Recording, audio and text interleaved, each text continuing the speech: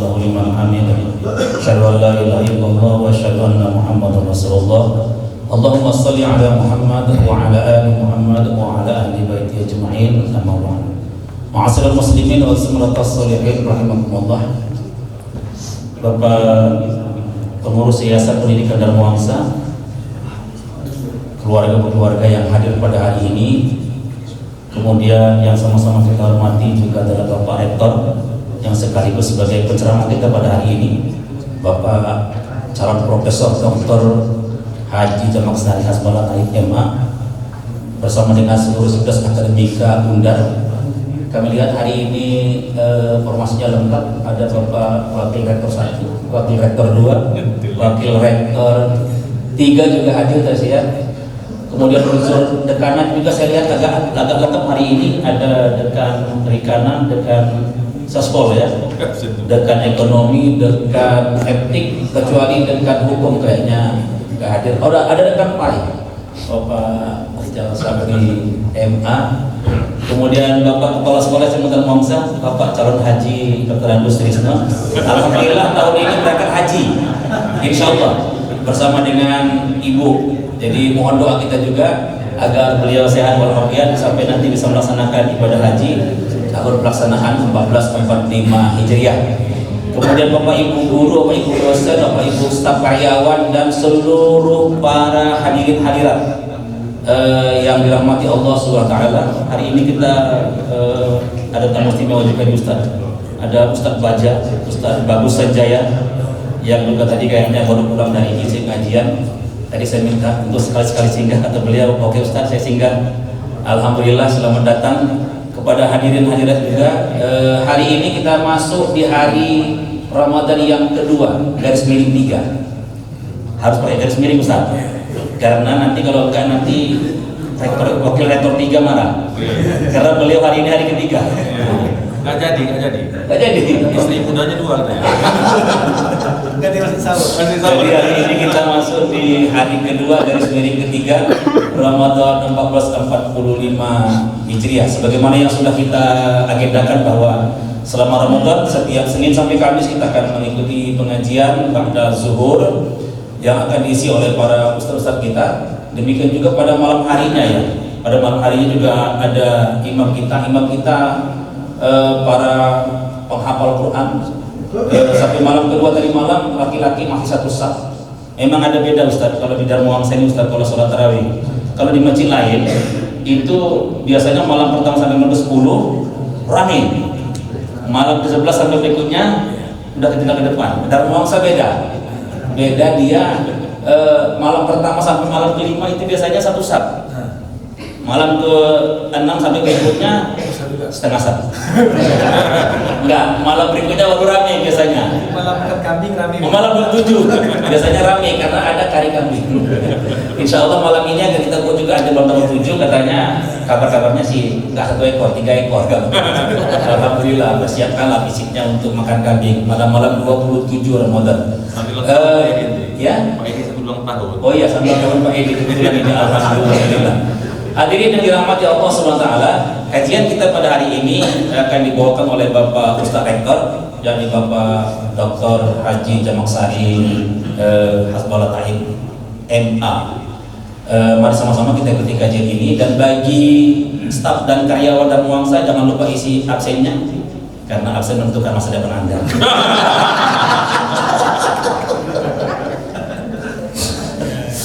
Ini bukan ngancam, bukan hanya sekedar ini saja.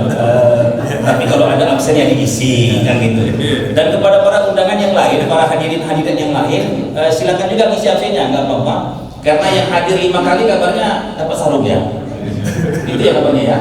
Yang hadir 5 kali, insya Allah dapat sarung pada pengajian terakhir. Jadi jangan ragu-ragu, isi aja absennya, siapapun.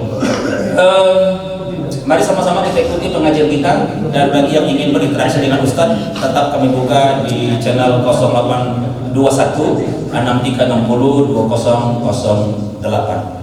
Kata orang Ustadz bahwa beribadah itu lebih bertantangannya, lebih besar pahalanya Ustadz. Jadi pahala puasa di musim dingin itu kayaknya biasa saja, tapi puasa di musim panas itu berat. Kemudian infak orang kaya biasa saja. Tapi infak orang yang miskin itu luar biasa. Sama dengan pengajian Ustaz. Orang yang sejak awal ikuti pengajian dengan mata yang terbuka, itu pahalanya ada, tapi dikit. Yang paling berat adalah orang yang memperjuangkan antara terbuka dan tertutup.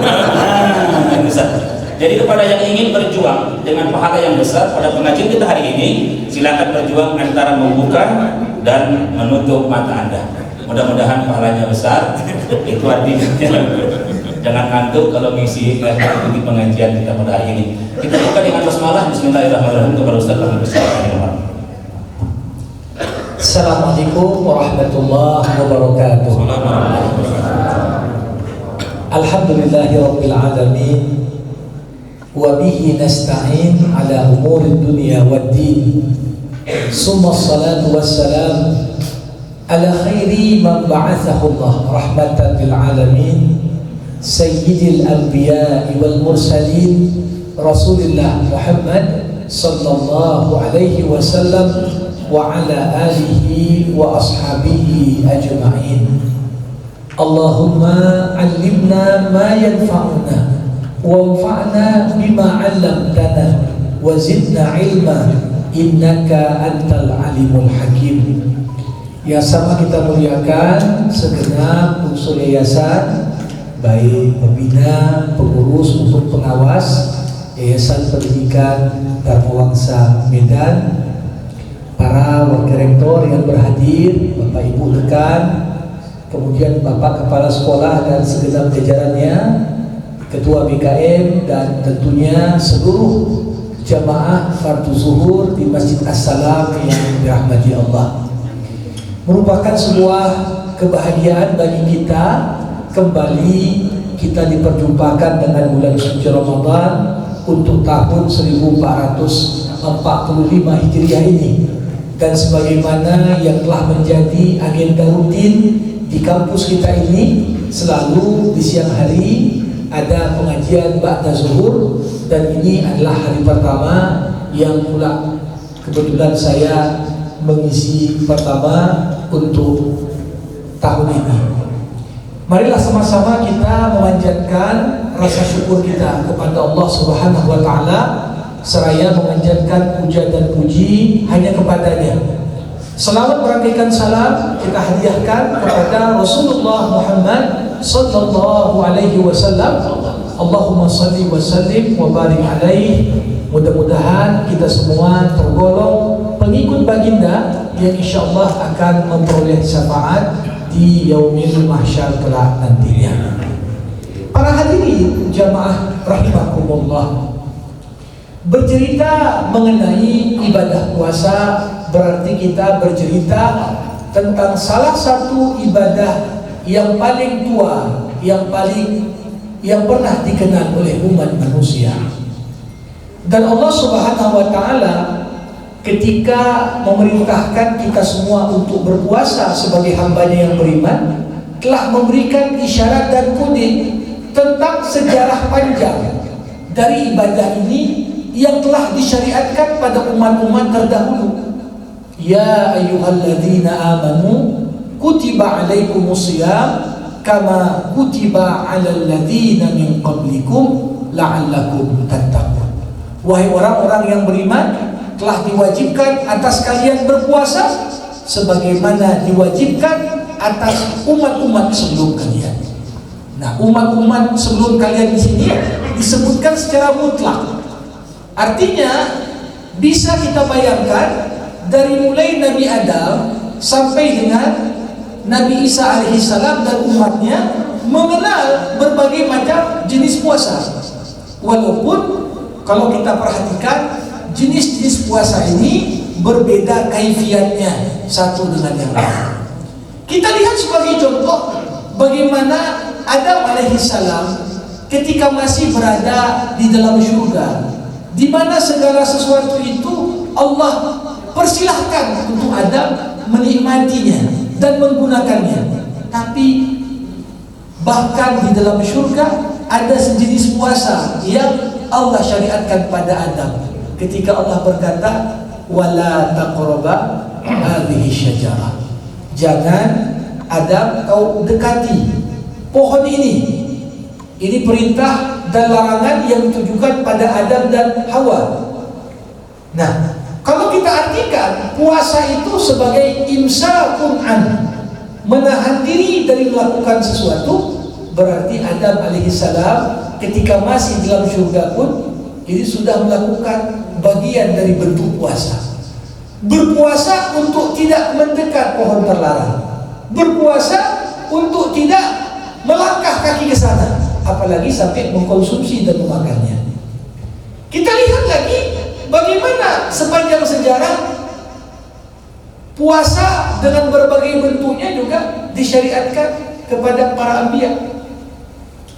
Bagaimana ya sosok Maryam ketika lahir putranya Isa alaihissalam, di tengah cemoohan orang tentang dari mana anak ini kok bisa lahir, siapa ayahnya, dari mana asal usul anak ini. Maryam yang merasa begitu capek untuk meladeni orang-orang yang mempertanyakan siapa ayah dari anaknya itu, dia berkata, inni nadartu lirrahmani sawma falan ukallimal yawma insiya. Aku bernazar, aku puasa. Puasanya apa? Bukan puasa tak makan tak minum, tapi nazarnya Maryam puasa tak ngomong. Nah, ini sebenarnya bagi sosok wanita lebih payah ini, puasa tak ngomong dibanding puasa tak makan. Kenapa? Banyak perempuan memang tak mau makan supaya diet. Tapi untuk tak ngomong, ini susah. Karena dalam ilmu psikologi disebutkan pada wanita itu minimal 20.000 kata diucapkan satu hari. Nah, bisa terbayang itu waktu buka berapa banyak ribu kata yang terucap. Nah, ini contoh bagian dari puasa yang pernah diamalkan. Nabi Zakaria juga begitu. Usia sudah di atas 100 tahun, istrinya 96 tahun, belum juga punya anak. Ketika Allah Subhanahu wa taala utus malaikat Jibril mengijabah apa yang menjadi doa Nabi Zakaria. Ya. Ketika itu Allah Subhanahu wa taala mengatakan bahwasanya tanda istri Zakaria betul-betul puasa apa itu?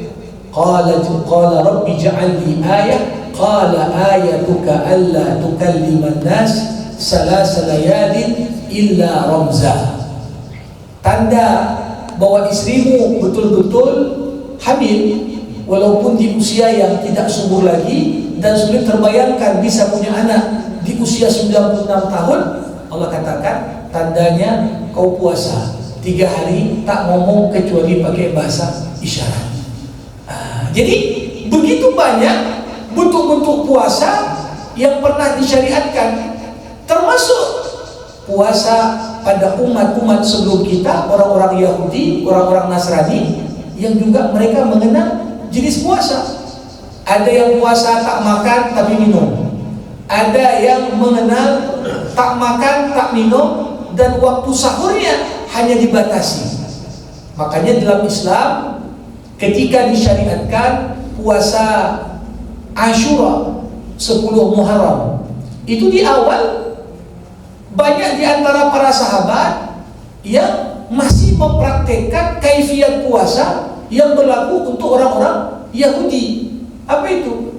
Kalau sekiranya seseorang puasa kemudian dia tertidur waktu berbuka, saat bangun sudah tak boleh puasa lagi, lanjut puasa hari berikutnya.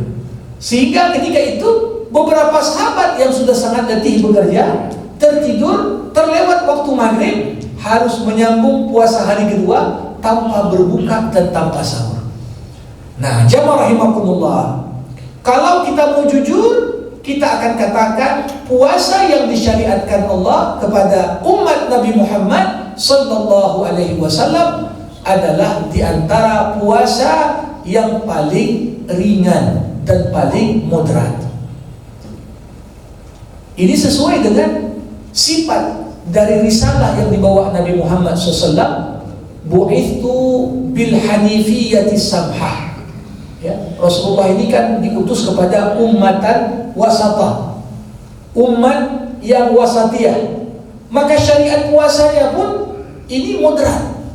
Tidak terlalu berat sebagaimana puasanya orang-orang Yahudi, tidak juga terlalu ringan seperti orang yang mempermainkan puasa. Makanya kalau kita lihat ada beberapa keistimewaan pada puasa umat Islam. Pertama apa? Disyariatkan dalam puasa kita makan sahur. Dan ini termasuk di antara keistimewaan puasa umat Nabi Muhammad sallallahu alaihi wasallam. Makanya dikatakan perbedaan antara puasa kita dan puasa ahlu kitab makan sahur, kata Rasul. Kenapa? Seperti yang saya katakan di awal, orang-orang Yahudi ketika puasa, ketika lewat momentum untuk buka puasa, apabila tak sempat berbuka, lanjut di hari berikutnya. Tak ada istilah makan sahur bagi mereka. Nah, jadi ini salah satu poin penting untuk memperkuat kita dalam mengarungi tantangan dalam berpuasa. Yang kedua, disunahkan juga bagi umat Nabi Muhammad menyegerakan berbuka puasa. Menyegerakan berbuka puasa. Jadi jangan kita bayangkan kalau belum lapar kali dia, nanti ajalah dekat-dekat Isya berbuka biar tambah pahala. Tidak seperti itu. Seperti tadi dikatakan Ustaz Samsuri, pahala yang kau dapatkan sesuai dengan tingkat kesulitan yang kau hadapi.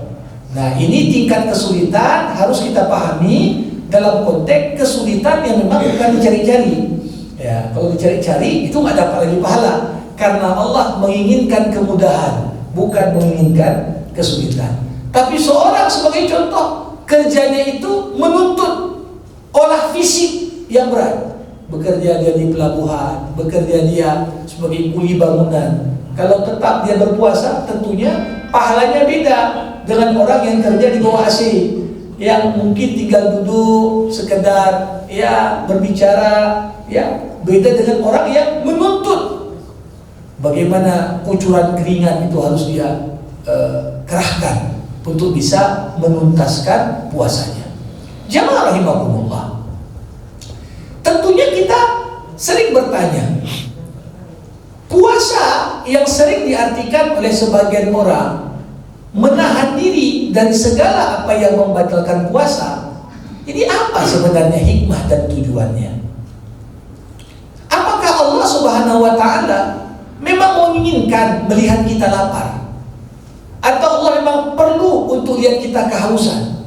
Atau Allah memang menginginkan melihat kita ya jalan dengan tanpa semangat dan sebagainya?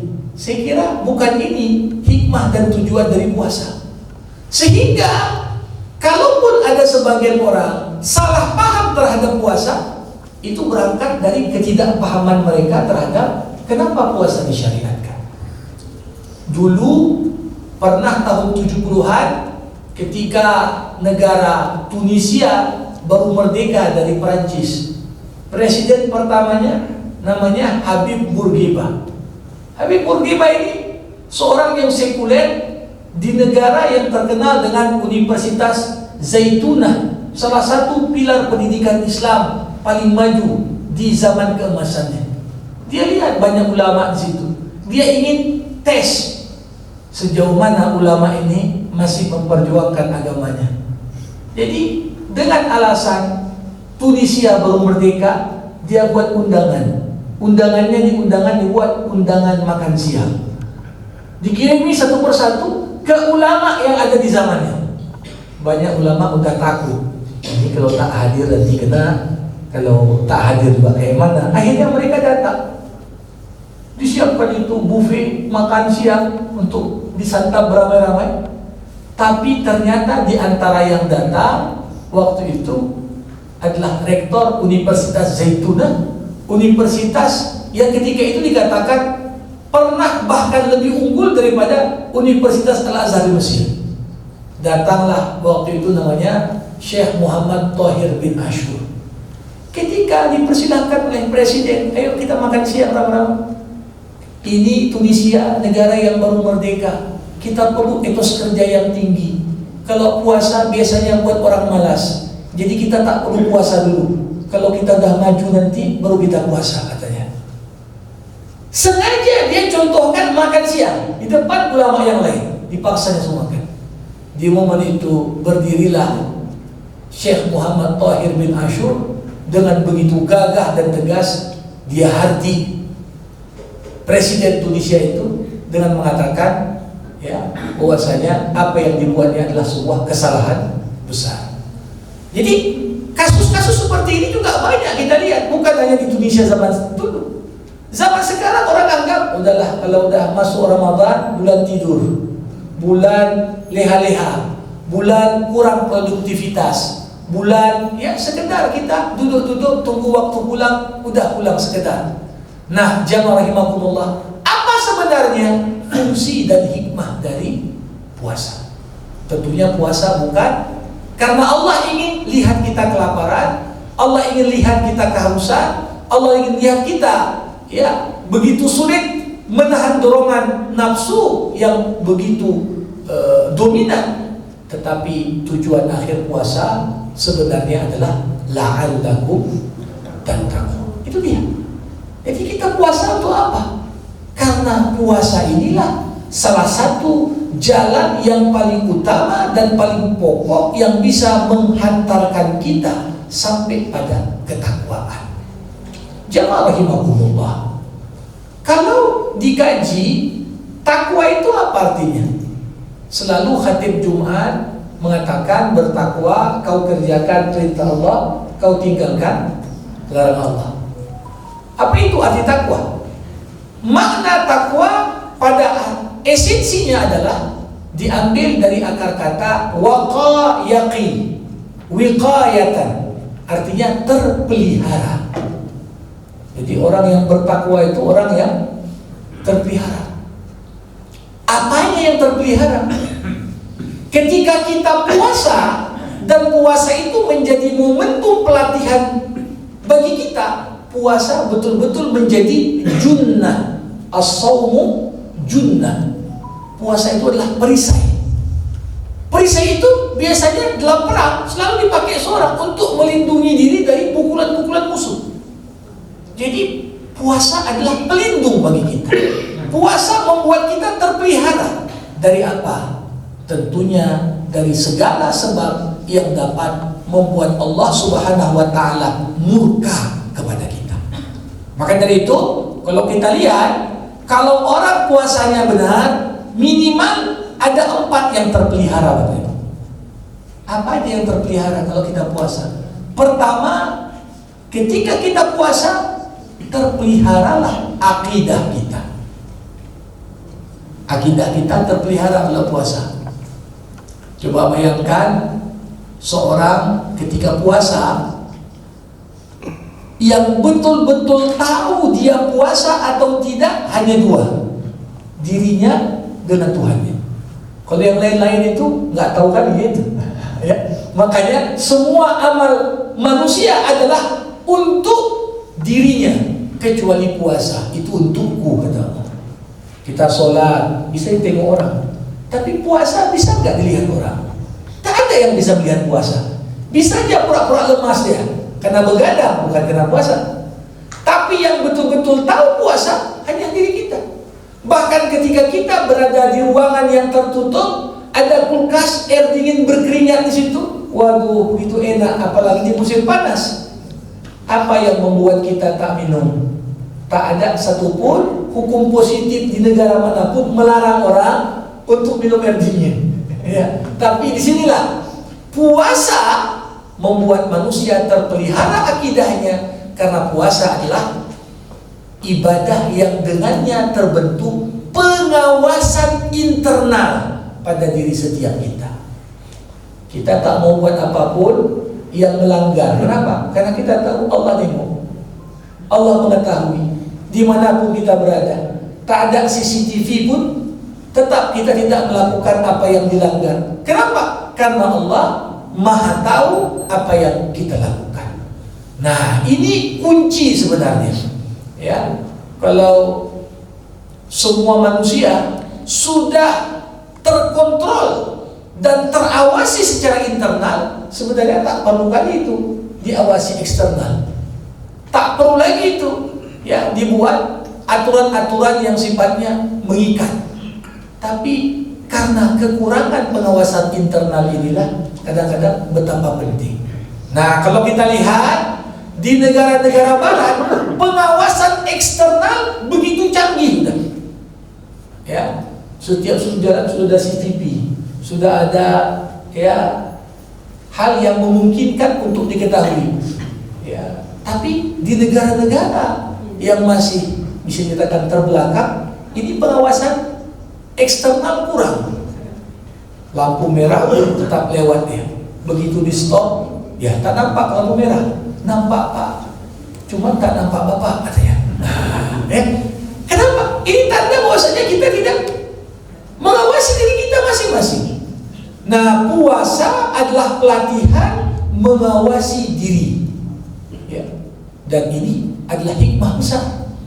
Coba bayangkan orang belajar mengawasi diri, ya, belajar untuk menanamkan CCTV yang selalu mengikut sertakan kita dimanapun kita berada. Ini bukan pekerjaan mudah, dan itu semua menjadikan manusia jadi manusia yang terawasi. Ini yang pertama.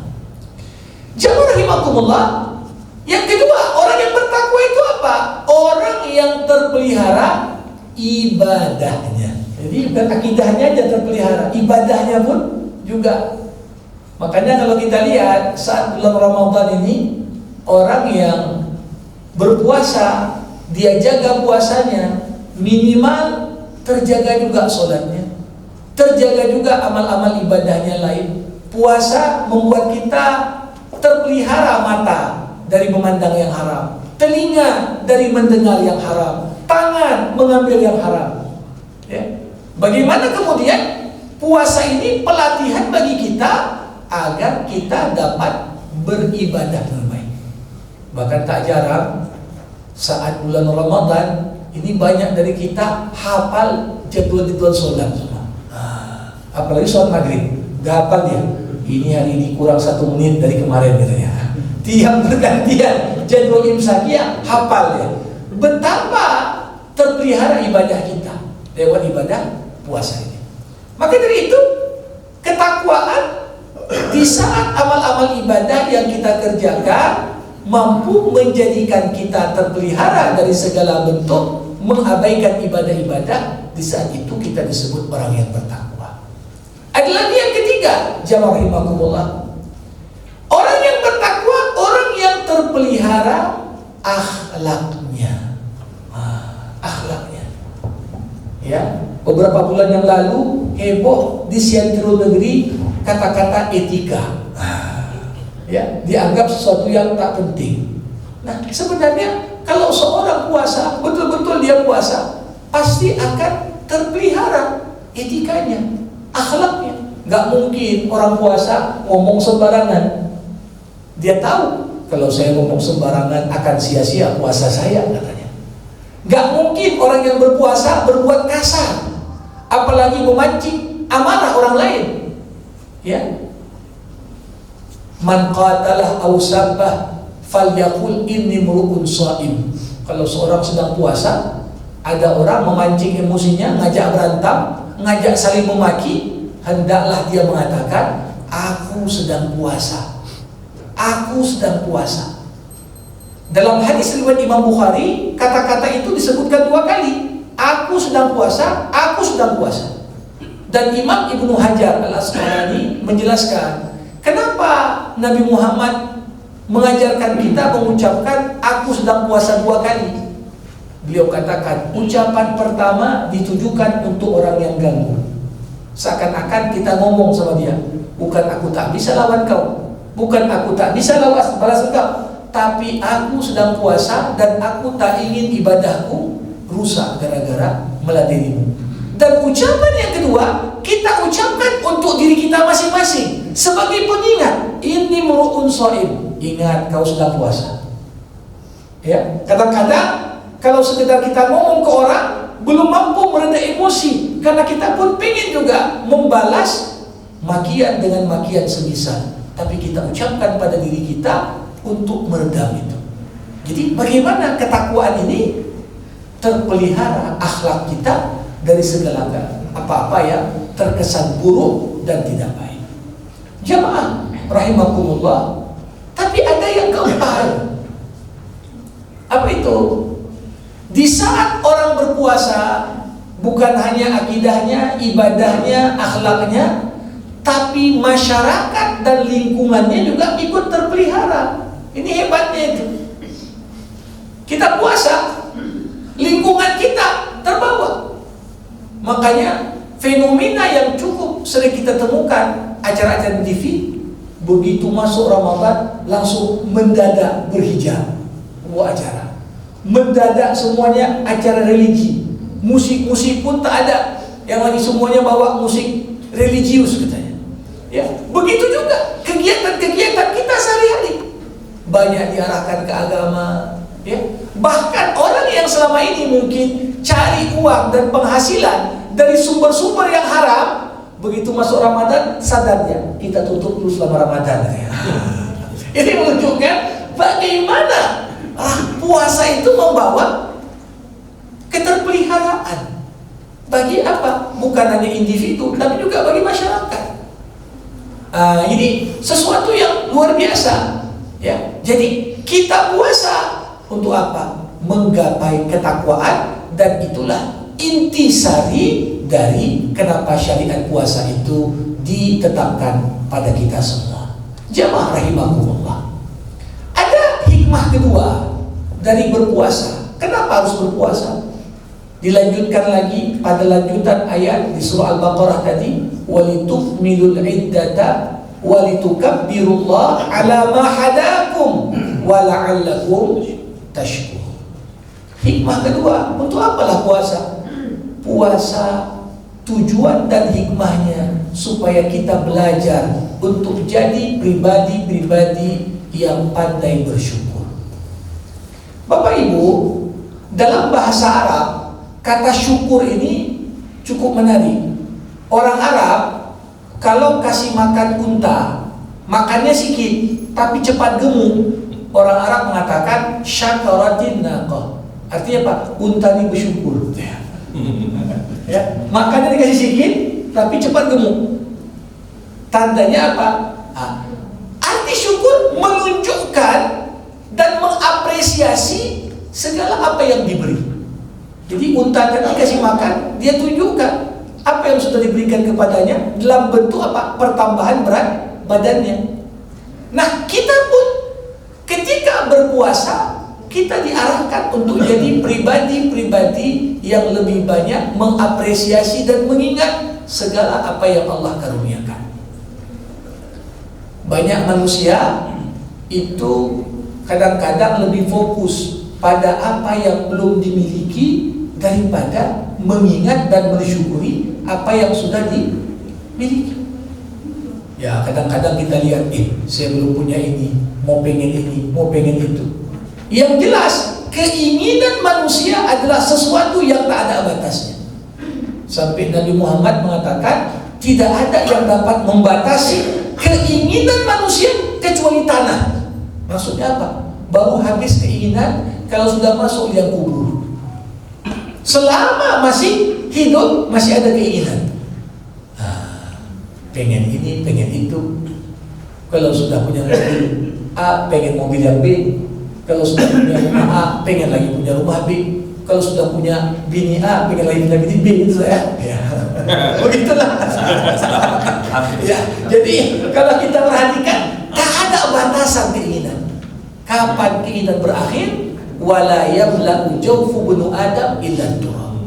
Begitu dikubur, habislah keinginan. Nah, maka dari itu puasa membentengi keinginan.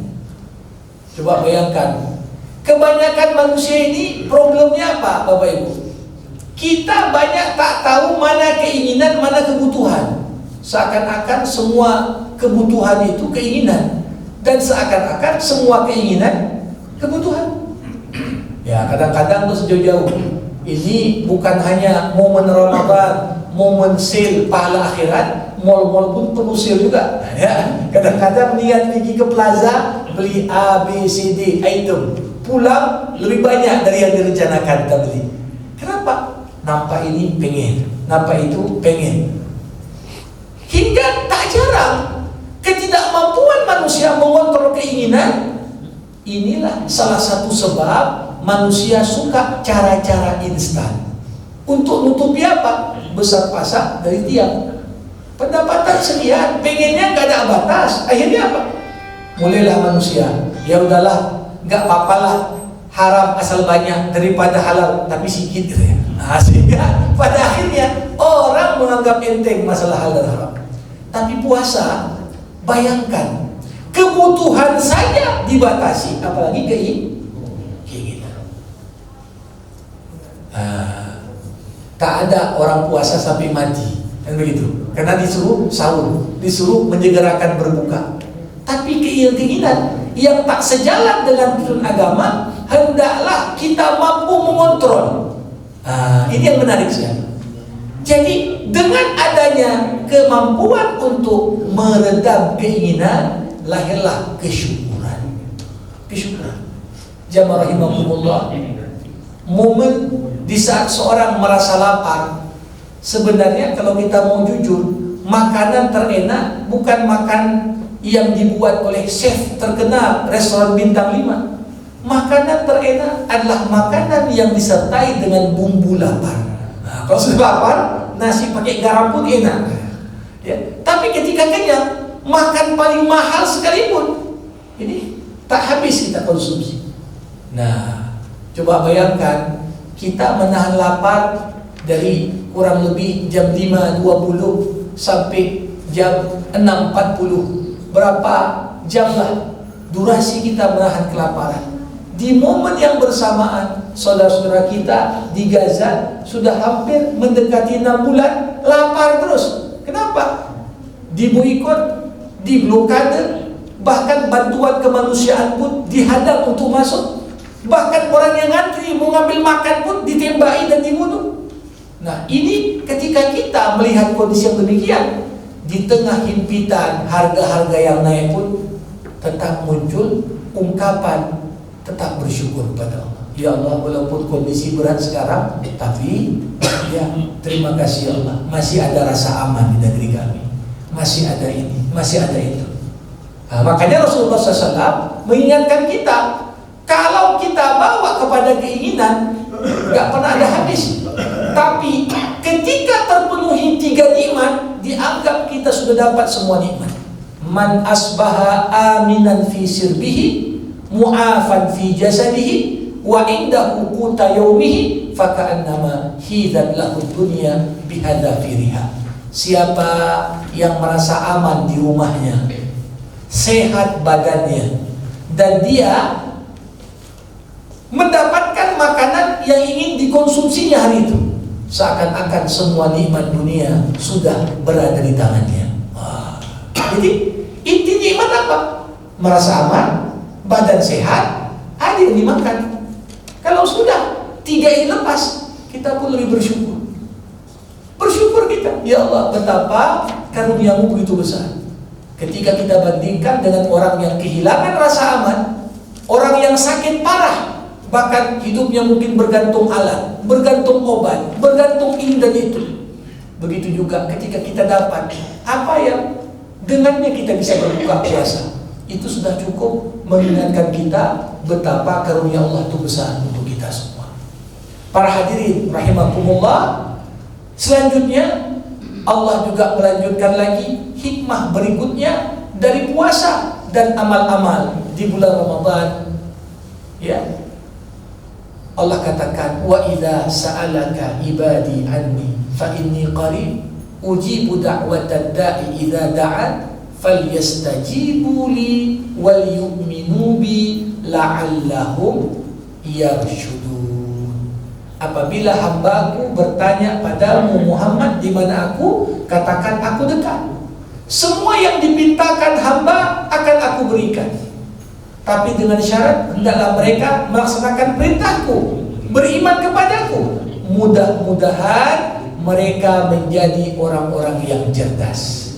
Jadi puasa itu, ya, salah satu hikmahnya apa? Melatih kecerdasan. Orang yang sering puasa ini melatih kecerdasannya. Kalau kita mau jujur, semua amal-amal ibadah dalam Islam itu berkorelasi positif ketika kita kerjakan dengan tumbuhnya kecerdasan. Seorang peneliti asal Amerika, seorang dokter yang meneliti tentang otak, dia katakan orang yang paling sering bersujud itu orang yang paling cerdas. Kenapa? Hanya pada posisi sujud, asupan darah yang kaya dengan oksigen masuk sempurna ke otak. Ini cerita tentang sholat. Gimana pula ketika cerita tentang puasa? Begitu juga. Bagaimana manusia ini kadang-kadang lupa dia. Makan ada batasnya, minum ada batasnya, udara pun ada batasnya. Ketika makan berlebihan, ini kadang-kadang berpengaruh kepada kemampuan akal untuk berpikir dengan sehat. Makanya selalu identik ibadah tafakur itu sangat dekat dengan rasa lapar. Kalau lapar ini kadang-kadang lebih kuat tafakurnya. Ya, kadang-kadang bukan tafakur lagi dia, ya, sampai ngences. Ya, sampai ngences karena sudah terlalu ngantuk. Tapi begitulah potret. Sebaliknya terlalu kenyang ini juga identik dengan kebodohan. Makanya jamaah rahimakumullah, mana negara-negara orang banyak apa? Orang susah, itu pandai-pandai semua. Kenapa? Kalau enggak dia paksa untuk berpikir, tak makan dia. Tapi begitu orang sudah terpenuhi kebutuhan pokoknya dengan apa? Ini kadang-kadang malas dia berpikir. Maka dari itu, kalau kita lihat, saya dulu ingat sekali, di mana saya kuliah ada beasiswa, kalau yang uangnya pas-pasan, itu selalu cepat tamatnya. Kenapa? Terpikir ya, kalau habis beasiswa ini makan apa nanti? Tapi kalau yang jelas, kiriman tiap bulan dari orang tuanya, kadang-kadang sampai akhir limit studi nggak selesai. Makanya kalau kita tengok yang di BSI cepat-cepat tamat semua. Ini kenapa? Ini juga bagaimana puasa bisa menajamkan pikiran. Jadi mulai dari kecerdasan spiritual dipertajam, kecerdasan intelektual, apalagi termasuk yang paling penting kecerdasan emosionalnya. Orang puasa dilatih tak cepat marah. Orang puasa dilatih untuk bersabar. Orang puasa dilatih untuk bisa bekerja sama dalam sebuah tim. Bagaimana digambarkan tentang keutamaan ibadah-ibadah yang kita kerjakan secara berjemaah saat puasa. Dan ini bagian dari pelatihan teamwork. Tadarus jangan sendiri rame-rame, ya. Jemaah dalam sholat. Begitu juga cerita tentang amal-amal ibadah, selalu yang punya nilai jemaah bekerja sama dalam sebuah tim, dalam sebuah kelompok, nilainya juga lebih besar dibanding dengan amal-amal ibadah yang hanya kita kerjakan sendiri-sendiri. Nah, untuk itu ini diantara sekelumit bagaimana ibadah puasa ini ternyata begitu banyak hikmahnya. Belum lagi kalau ditinjau dari berbagai dimensi ilmu. Rasulullah katakan, sumu tasihu, puasalah kau supaya kau sehat. Bagaimana puasa identik dengan proses detoksifikasi, dikeluarkan racun-racun yang membahayakan. Bagaimana organ-organ pencernaan di dalam ini beristirahat setelah bekerja terus sepanjang tahun. Nah, ini semua tentunya lebih luar biasa lagi di saat kita mengerjakan perintah Allah dan kita kerjakan karena itu perintah Allah, bukan semata-mata karena hikmah dan tujuannya.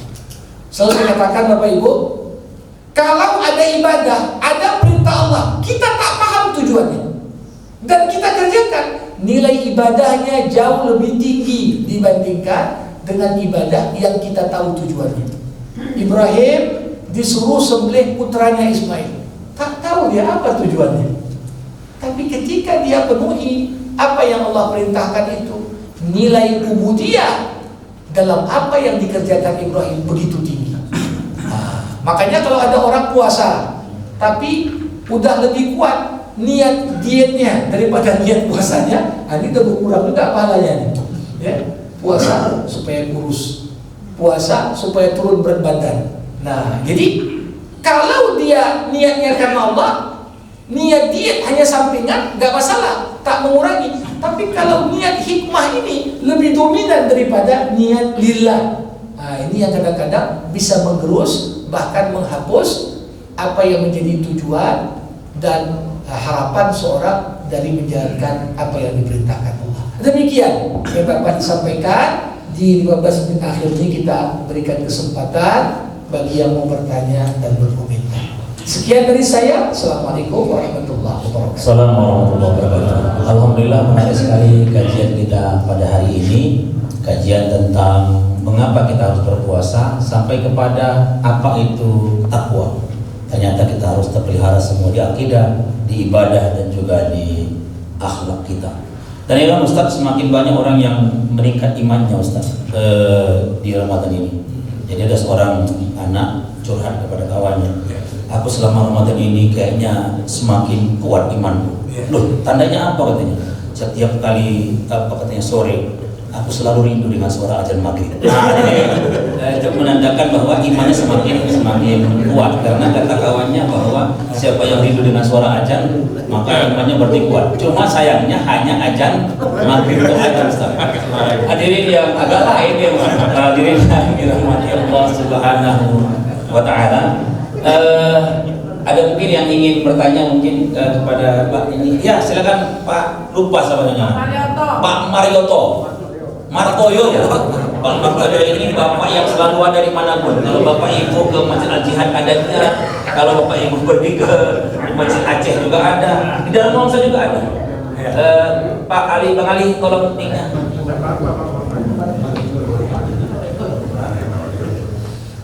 Beliau ini selalu ada. Istilahnya nggak ada lo garam di laut. Silakan Pak. Assalamualaikum warahmatullahi wabarakatuh. Waalaikumsalam warahmatullahi wabarakatuh. Kami walaupun terlambat tertarik dengan drama Bapak Ustaz ini, karena beliau juga benar-benar sama, insya Allah.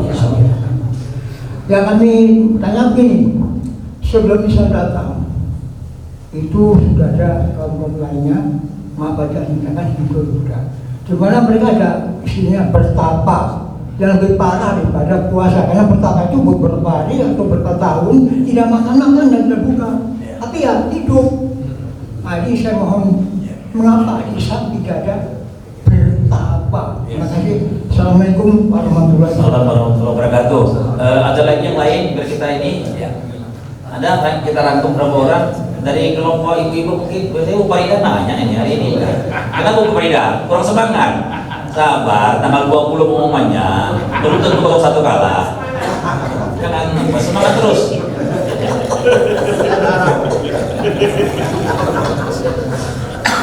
Bu Farida langsung nengok 58, sekian langsung takut, dia langsung ini. Saya. Ada yang lagi yang lain? Enggak ada? Martoyo. Jadi kata beliau ada di bukan agama lain lah, di masyarakat lain ada bertapa Ustaz. Sampai puluhan hari nggak makan nggak minum. Kalau udah ada mutih lah istilahnya. Nah, gitu. Tapi kok hidup juga dia Ustaz. Dalam Islam kenapa nggak ada bertapa? Silakan. Jamaah rahimakumullah, terima kasih Pak Martoyo. Jadi kalau kita melihat, saya katakan tadi salah satu kata kunci puasa dalam Islam adalah salah satu puasa yang paling moderat. Paling moderatnya apa? Tidak ekstrim ke kanan, tidak pula ekstrim ke kiri. Tidak terlalu berlebih-lebih ke kanan, tidak terlalu berlebih-lebih ke kiri. Nah, kita bisa melihat misalnya lah pada syariat Nabi Musa dan syariat Nabi Isa. Ini kalau dibandingkan dengan syariat Islam, ini keduanya terkesan ekstrim kanan, ekstrim kiri. Kalau syariat Isa, ini yang penting bersihkan hati, bersihkan jiwa, lebih banyak penekanan pada tazkiyatun nafs. Pada ajaran Nabi Musa enggak. Ya, lebih banyak pada intisari syariat, halal haramnya di sana. Bahkan banyak yang dihalalkan di kita diharamkan bagi Bani Israel. Ya. Tapi Islam datang jalan pertengahan. Nah, jadi pertapaan ini hampir mirip juga dengan apa yang disebut dengan sistem kependetaan. Rasulullah pernah mengatakan la rahbaniyata fil Islam. Tidak ada sistem kepertapaan atau kependetaan dalam Islam. Maksudnya apa? Satu sisi puasa hanya melatih kita untuk mengontrol nafsu, bukan menghilangkan nafsu. Bukan untuk menghilangkan nafsu. Jadi kalau hidup pertapa dalam artian jauh dari orang, menyendiri, tak makan, tak minum, walaupun tujuan dalam beberapa ajaran agama budaya itu untuk sampai katanya pada nirwana dan lain sebagainya, puncak kesucian. Namun pada esensinya orang yang demikian sering sekali menjadi kurang produktif dan tak aktif dalam kehidupan. Sebaliknya puasa enggak. Berapa banyak perang Rasulullah pimpin di bulan puasa. Jadi artinya orang puasa ini justru makin lebih aktif dia, lebih produktif dia. Banyak hal-hal yang besar yang mampu direalisasikannya. Nah, kalau kita melihat ya Nabi Muhammad SAW pernah melakukan apa yang mungkin mendekati itu sebelum dapat wahyu pertama. Dalam istilah hadis riwayat Imam Bukhari, Nabi bertahanus, menyendiri, pergi ke Gua Hira, ya makan secukupnya, kemudian banyak berkontemplasi. Tapi justru setelah Rasulullah SAW menerima wahyu, ibadah itu nggak pernah dipakai lagi, ya nggak pernah lagi dilaksanakan oleh Rasulullah. Nabi tiba-tiba cari mana gua baru atau apa? Kenapa? Karena justru cukup digantikan sholat malam, cukup digantikan dengan amal-amal ibadah lain. Jadi kalau kita katakan kenapa tidak disyariatkan pertapaan, pertama bentuk pertapaan tadi walaupun ada irisan dengan puasa, tapi saya katakan tadi puasa umat Islam adalah puasa yang moderat, puasa yang wasatiyah. Sedangkan puasa dalam bertapa ini bisa dikatakan ekstrim ke kanan atau bahkan ekstrim ke kiri, yang sebenarnya itu dihindari dalam ajaran Islam. Dulu 3 orang sahabat Nabi datang menghadap Rasulullah, rupanya Nabi nggak ada di rumah. Ditanyalah sama Aisyah, macam mana Rasulullah beribadah di rumah? Dijawab Aisyah, Rasulullah sholat malam tapi tidur. Rasulullah puasa tapi makan sahur dan buka. Rasulullah juga memberikan giliran untuk para istrinya.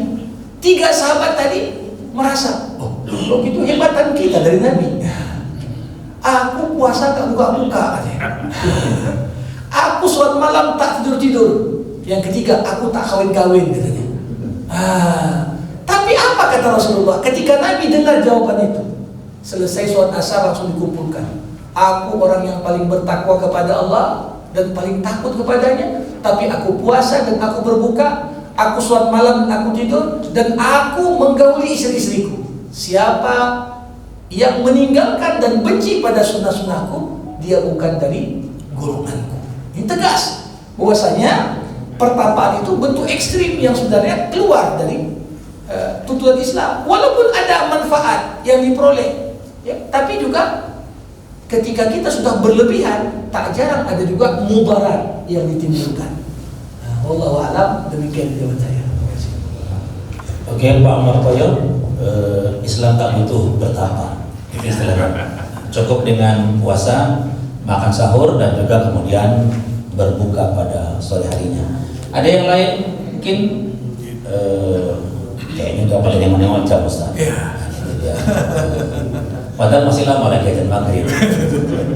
Sabar-sabar aja, insya Allah azan maghrib. Tanda kuat iman. Menunggu azan maghrib. Jadi nanti harus segini Ustaz, dekat-dekat kulkas boleh. Siapa tahu khilaf, kan gitu kan? Kalau khilaf kan tidak batal puasa.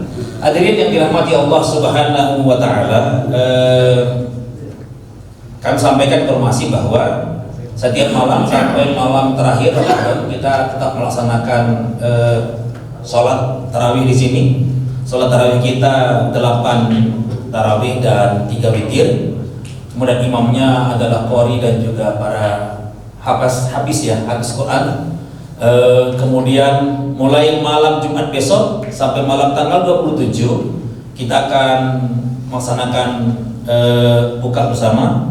Nah itu dia, ada iftar jama'i di kantin dan kami mengundang Bapak Ibu semuanya untuk hadir di kantin kita mulai pukul 6 sore untuk berbuka bersama. Kemudian habis itu kita sholat maghrib, kemudian isya dan sholat qiyamul lail, tarawih dan witir. Untuk malam nanti tarawih kita akan dipimpin oleh Ustadz Syukur. Beliau ini qori kita yang kemarin barusan juara 3 ya. Juara 3 Kota Medan yang kemarin diusir ya Ustaz ya. Kemudian malam penceramahnya adalah Ustadz Ibnu Hajar SPDI. Dan untuk kajian Ba'da Zuhur besok Ustadz kita adalah Ustadz Haji Dakajuha Siman Junta MIKOM. Jadi mudah-mudahan kita bisa hadir tiap hari selama Ramadan, baik siang maupun pada malam harinya. Kami kira hadirin yang dirahmati Allah, demikian mungkin pertemuan kita pada hari ini. Untuk selanjutnya mari sama-sama kita aminkan doa yang disampaikan oleh Bapak Ustaz. Alhamdulillahirabbil alamin. Hamdan yuwafi ni'amah wa yukafi'u mazidah. Ya Rabbana lakal hamdu kama yanbaghi li jalali wajhikal karim wa li 'azimi sultanik. Allahumma shalli ala sayyidina Muhammad wa ashghil adh-dhalimin bil-dhalimin wa akhrijna min bainihim salimin.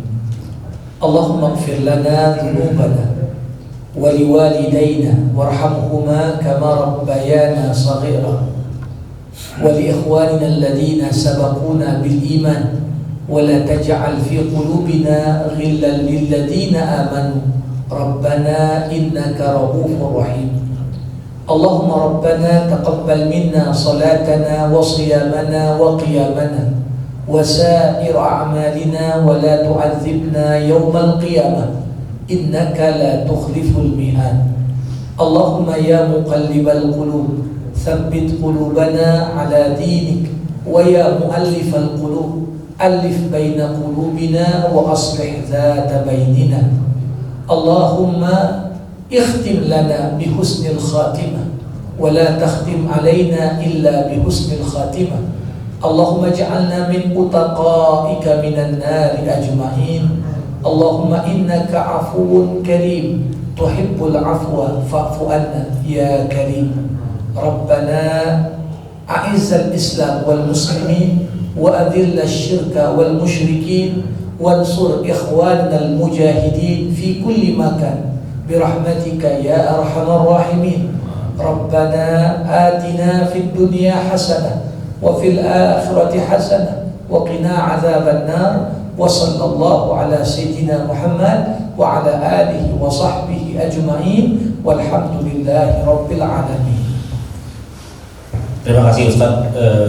Sebelum kita berpisah, kami ingatkan kepada kita semuanya, tertarik sekali tadi mendengarkan kajian Ustaz tentang saudara-saudara kita di Palestina yang mungkin mereka mengamalkan bertapa itu Ustaz, yang mereka berpuasa tanpa sahur dan berbuka. Karena kepada kita siapapun kita, mohon kalau lagi mau sahur, mau berbuka, hadapi saja sahurnya, hadapin aja berbukanya, tapi jangan dipoto dan jangan diposting. Jangan langsung bilang alhamdulillah hari ini cuma ada rendang, jangan usah gitu. Alhamdulillah hari ini cuma ada kari kambing, nggak usah, gitu dia. Karena banyak orang yang mungkin sahurnya hanya sekedar mie instan, atau mungkin seperti saudara-saudara kita di Palestina, justru mereka tidak sahur dan mereka tidak berbuka. Karena itu maka yuk mari sama-sama kita menghormati kawan-kawan kita yang ada di Palestina, saudara-saudara kita, sembari berdoa. Mudah-mudahan Ramadan ini memberikan keberkahan buat mereka dan mudah-mudahan Allah melaknat Israel, laknatullah alaihim. Amin ya Allah ya Rabbal alamin. Sampai jumpa pada esok hari. Terima kasih. Assalamualaikum warahmatullahi wabarakatuh.